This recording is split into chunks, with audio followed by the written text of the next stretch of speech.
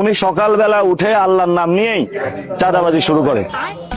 ঘুম থেকে উঠে মানুষ নামাজ কালাম পড়ে আল্লাহর নাম নেয়। ठीक है। একজন আছে উনি আমার নাম নেয়। আমি আজকে আর কারো নাম নেব না।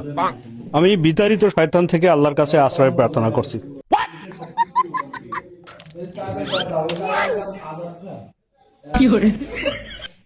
এই চান্দাবাজ সন্ত্রাসী দলের লোকেরা আমার গায়ে ডিম মারছে।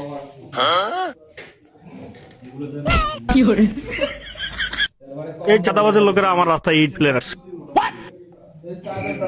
বস কি ভাবতেছেন? শালা কোন পাপের যে শাস্তি ভোগ করতেছি আল্লাহ জানে। এর থেকে তো আদিই ভালো ছিল।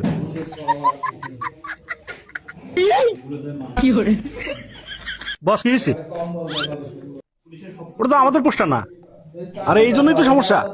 আরে বাচ্চা ছেলেটা দেখলে কইবে যে এটা আমি ছিড়ছি। ধর ধর ধর তাড়াতাড়ি ঠিক করে এটা। আরে এতক্ষণ লাগে নাকি?